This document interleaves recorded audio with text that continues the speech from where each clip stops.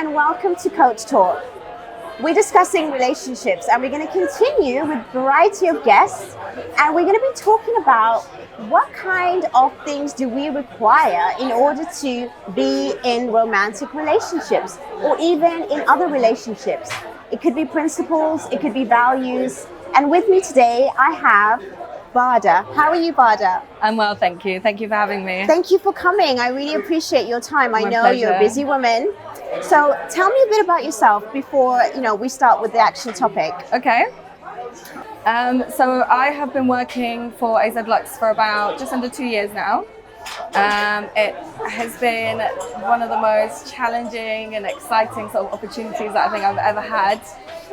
Yes, very challenging in the sense that I do work in a very male-dominated industry. Yeah. So as a woman, I've had to face a lot of challenges that would not be surpassed by men at all. What kind of challenges are there, for young sort of career-orientated women, especially in the male-dominant environment? Because this is quite a heavy topic, not just in your industry. I think generally in the city or in certain professions, it is something that we're constantly faced with.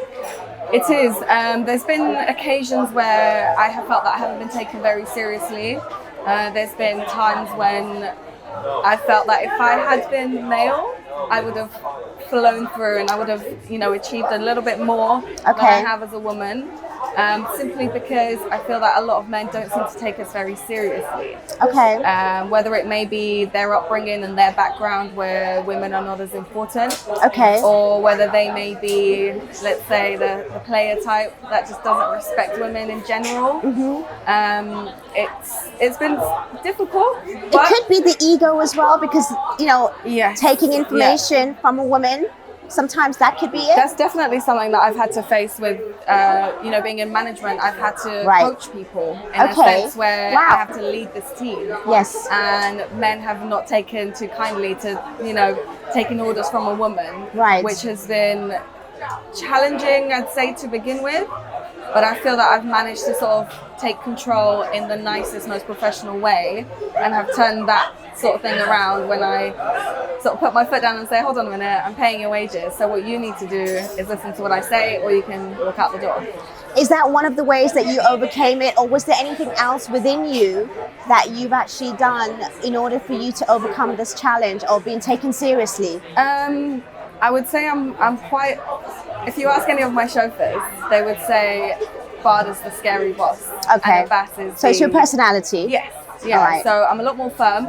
Okay. I know what I need from them and I keep it professional. Right. Whereas because it's Abbas's business, he tends to treat everyone like family, which I do too in a sense, but I stop at a certain boundary and I say, once the work is done, then we can play. But up until that point, we need stuff done. So I think I've taken it upon myself to make sure that they understand that first and foremost, I am your manager. Right. And then we can be friends. So it's important to set boundaries and to also have that confidence as to what you know and who you are. Yeah. Right?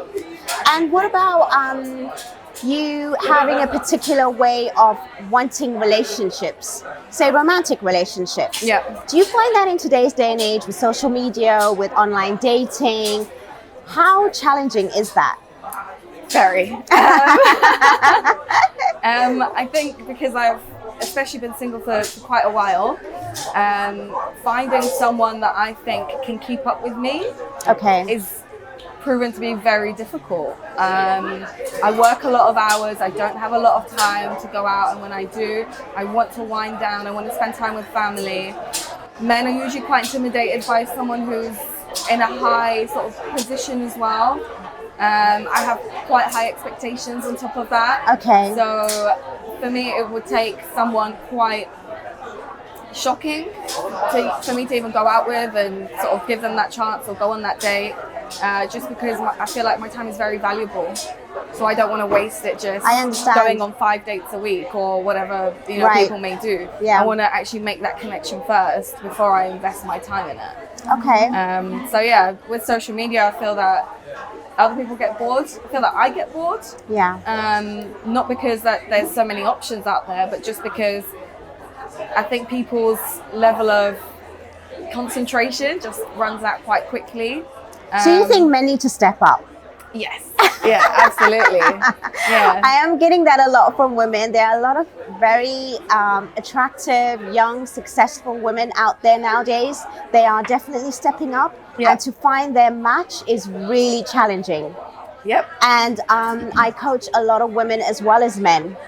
And men are quite okay with, wanting, powerful, career-orientated women. Yep. But it's a reality that they don't really know how to actually handle sometimes when they get it. Yeah, absolutely. I mean, it's a new thing now. I think men initially are very attracted to an independent woman who has her own, who doesn't need him. But I think once they find out that actually she's okay without me, that's when their insecurities kick in. Right. And that's when it all goes wrong. So I think they should sort of want to level up. Right. Rather than bring the woman down, of if course. you know what I mean, which Absolutely. is what I've seen a lot happen. Yeah. And I think it's just men being quite intimidated and feeling insecure that instead of wanting to get as high as their partner, they will try and bring them down, which is why a lot of relationships like that don't work. Yeah, but I think, you know what, I look at things very differently, and I think it's both sides. Because at the same time, I study a lot about relationships, and I do hear a lot of men speak about their relationship as, from their perspective. And it's not everyone. I know we're generalizing, but there are men out there that would love a woman to be powerful, and but they also need to bring out that feminine side where there is vulnerability, because a lot of the times, let the man do something sometimes. Don't just say, sometimes we got to take blame for it. It's like, we want to do everything, but at the same time we want to be, given certain things. And we need to sort of clarify that it's okay to be powerful, independent women also needing another person. Yeah. And sometimes I think we become so confident, so independent, that we don't actually allow the space for somebody to enter. Yeah. Because we have to complement each other. It's not about a competition. Absolutely. And I understand there are professional women out there that want sort of to match in a particular way, but it's not the profession that matches. It's the mindset. So I know a lot of people, especially men, that are well educated, they might not have the opportunity or the chance yet to grow professionally. But they have got the understanding. So we need to look beyond someone sometimes and give that chance. And I know you're saying that I want to connect first, but how do you connect? Everyone connects differently. Yeah, that's a very good point. I suppose for me would be someone who is on the same sort of mindset. Okay. And that could mean, I'm from a background where my culture is quite important to my family. Okay. So it would be very important for my family. Same values and principles as you. Who I would choose to be with. Yeah. So I wouldn't feel necessarily comfortable introducing somebody to my family that I would think isn't on the same sort of mindset. Absolutely correct. So culture differences are very important as well. Yes. But I think as long as there's understanding and respect, it doesn't matter where you're from, as far as I'm concerned. But I think it's very important for someone to understand one another, because there are a lot of men out there and a lot of women equally that are quite controlling, untrusting. Want it their way only. And I think partnerships are just that, a partnership. So you have to give and take. It has to be, my mum always says, you have to negotiate. So what's worthwhile and what's not for you, and what's the deal breaker and what isn't. So I think it's really important that you connect with someone that you have the same sort of beliefs and morals in. Religion, for one, as well, is a big thing. I'm not religious myself at all, so it would be quite odd if I was to, pick a partner that was quite strictly religious. I feel that would cause a lot of problems. Issues, But as long as there's understanding and there's respect, if you respect somebody fully, you respect the way that they are, their religion, their culture, whatever it may be, I think everyone has a chance in that sense. I think you've highlighted really important factors when we are actually considering entering into a relationship, because these things need to be ironed out at the beginning. Absolutely. You need to know yourself pretty well. And there is no right or wrong. If you choose that your religion or non-religion is the pinnacle point as a priority, for example, then it's okay for you. And if someone else chooses something else, like, they have to be the same career path as me because there's understanding, it's okay as well. Yeah. But you got to know you, and then you got to find that complement. But then I also picked up on something you said earlier about not having the time or being bored. But I have a different view on that. I think sometimes we don't really connect with people initially. Yeah. And we got to give it time and space. And I think the more you interact with other people, a partner potential, the more you can actually, it's not about going on 5 different dates, but I think, opening up a mindset of being open to give your time to people, you can actually be more aware of what you like and what you don't like. But if you keep yourself away, thinking that right person is just going to come and you're going to sense it doesn't normally work. Yeah. Okay. Absolutely. So, and I understand also the timing factor, but just like you want to unwind, maybe sometimes unwind in a place where it is more social. Yeah. I don't want to go out half the time. As soon as I put my makeup on, I put my dress on, and I'm out driving, I'm like, I'm so glad I did this. Yeah. So sometimes you need to take those initial steps to get yourself out. And the more you do it and you remember the end result and that goal, then it can actually change that habit, because we can cocoon ourselves and then we're like, well, there's no talent out there, or there's nothing that exists, when actually there is. There's a lot out there depending on how you place yourself in society and you can find it anywhere, to be honest. Even if you're sitting in a library, for example, and you want your own space, or in a coffee shop by yourself, but you're surrounded by people that maybe you might even speak to somebody or interact with someone for any particular reason. It's really interesting that we expect things without the action, just like you would in business. Yeah, you got to work for a relationship as well, and you got to look for it and put yourself in situations where you can allow yourself to grab it. Yeah. Or for it to come to you. That's a really valid point, and I can completely say I'm fully guilty of that. Well, you got some free coaching there for a while. Yeah, absolutely. I have sort of taken it upon me to only go out when I really am pushed by my friends. Yeah, that's what we do normally. And I don't make the time to sort of go out there and say, today I'm going to visit a museum. Yeah. Tomorrow I'm going to, explore. Just do some sort of activity, or I'm going to just go to a jazz bar on my own. Yeah. I don't do enough stuff like that in order to give myself the opportunity to meet other people. Yeah, absolutely. Because I'm comfortable. Yes. I'm very comfortable, and I'm very happy in the sense that I work, and because I work so much, I do feel a sense of accomplishment. So when I go home and I'm like, okay, today I've had a really successful day, or even if I've had a really hard day, I think, you know what? Most people will have crumbled. Good job on me. Yeah. And then my reward is to go home, get an early night, maybe hit the gym, maybe cook some dinner for myself. That's sort of what I like. You're in a routine and you create habits, and that's all well, and it's very normal. But the danger there is, as humans, we adapt. To get out of. And also we actually we get so comfortable with that change with that habit, that consistency can lead over time to boredom and unfulfillment. Yeah. Because you're only concentrating on one area. In order to be successful, you need to be successful in all areas of your life. Absolutely. Not just in business, but with your relationships, not just with your family, with your friends, with your siblings, and even creating new relationships if there's potential for romantic relationships. Yeah. So if you have that insight, you will push yourself to go out of your comfort zone, because when we are in a circle, like you've just described, and yes, we're comfortable, but that comfort can lead to something which is that really, absolutely. And don't wait for those times to reach that point where it becomes too high, because that's when it's hard to go back. Yeah. And push yourself to go out and push yourself to make this, because when you drag yourself down for too long, you don't realize that it's hard to get out of that habit. Yeah. So, this is awareness that, we have to constantly strive, not just in our business and careers and professionals, but real happiness and fulfillment is about looking outwards and constant progress and improvement. Yeah. And I think if we put ourselves in different situations and different environments, it's not just about relationships. You don't know how that can impact even your business life. Yeah, it's about networking. For me, it's about network. For me, it is all about business, as you said. Yeah. Right? And I network with people because for shows or just to like get insight into people. But at that same point, I might meet someone that is going to be on my mindset.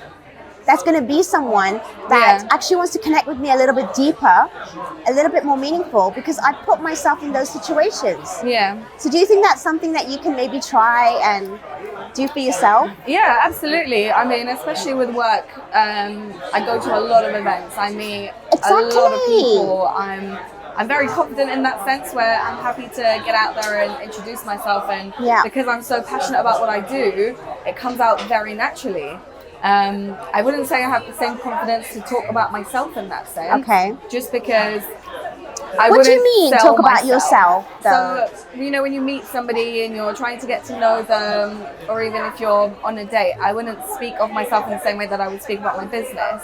Because I'm very passionate and driven about my business. So you mean when you're in business, in a meeting, you're talking about the company and what you do? Yeah. Right? Yeah. And being on a date, you're talking about yourself, but isn't that part of you as well? Absolutely. I just think, you know, from experience, from what I've heard from friends in particular, they're very confident in the sense that they go on a date and they know what they want and they know what they're looking for, and it's, are you ticking this box, that box, that box?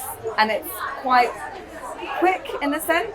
Whereas if I compare myself to dating, it's, if I'm in a business meeting, I'd have that same sort of level of confidence as they would. But if I was on a date, I wouldn't be so enthusiastic, if you know what I mean. Fair enough, fair enough. One, because I don't really know what I'm looking for. Two, again, like I said, I probably wouldn't put myself in that position unless I was quite confident that there was some sort of potential. Okay, another awareness that I would like to bring out from what you've just said is that we have limiting beliefs, and a lot of it comes from comparison or from an insight that we perceive dates, for example, to be as. That we have to be ready for it, we have to know it, we have to know. But I think if maybe sometimes we create meeting people as just a new journey and experience without the pressure of leading somewhere or an expectation or being in a particular way compared to somebody else, for example, and just being open to learning about someone that's new. Do you think that could change your idea and perception on dating? Yeah, absolutely. I mean, I travel alone a lot. Okay. So I do meet a lot of people that I may not necessarily know, and I just get to know them, and it's quite interesting.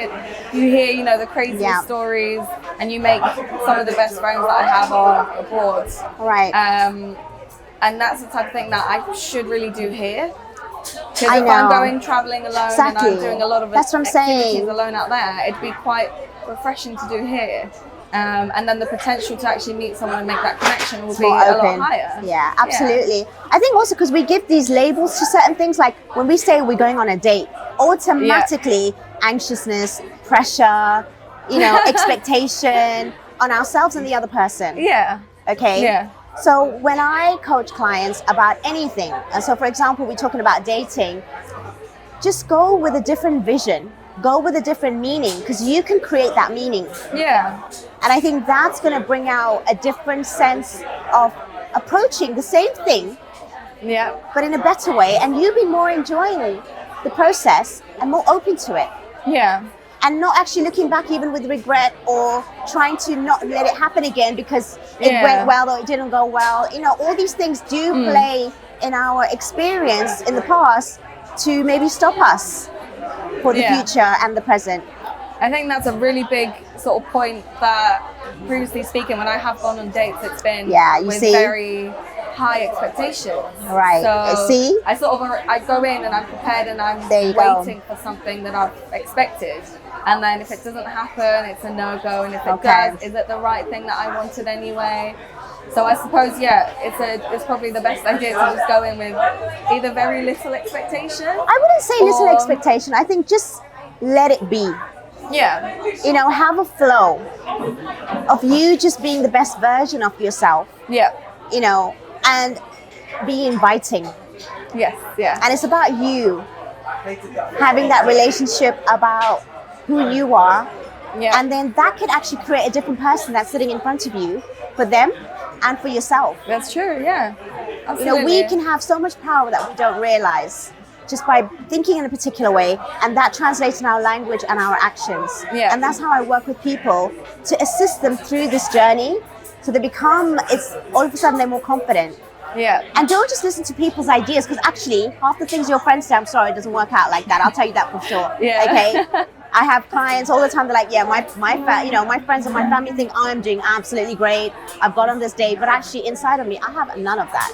Yeah. So do not take that for granted, or as in everything. And everyone, even if it's great for them, it's their perception, it's their way of being. Yeah. For you, it's something different.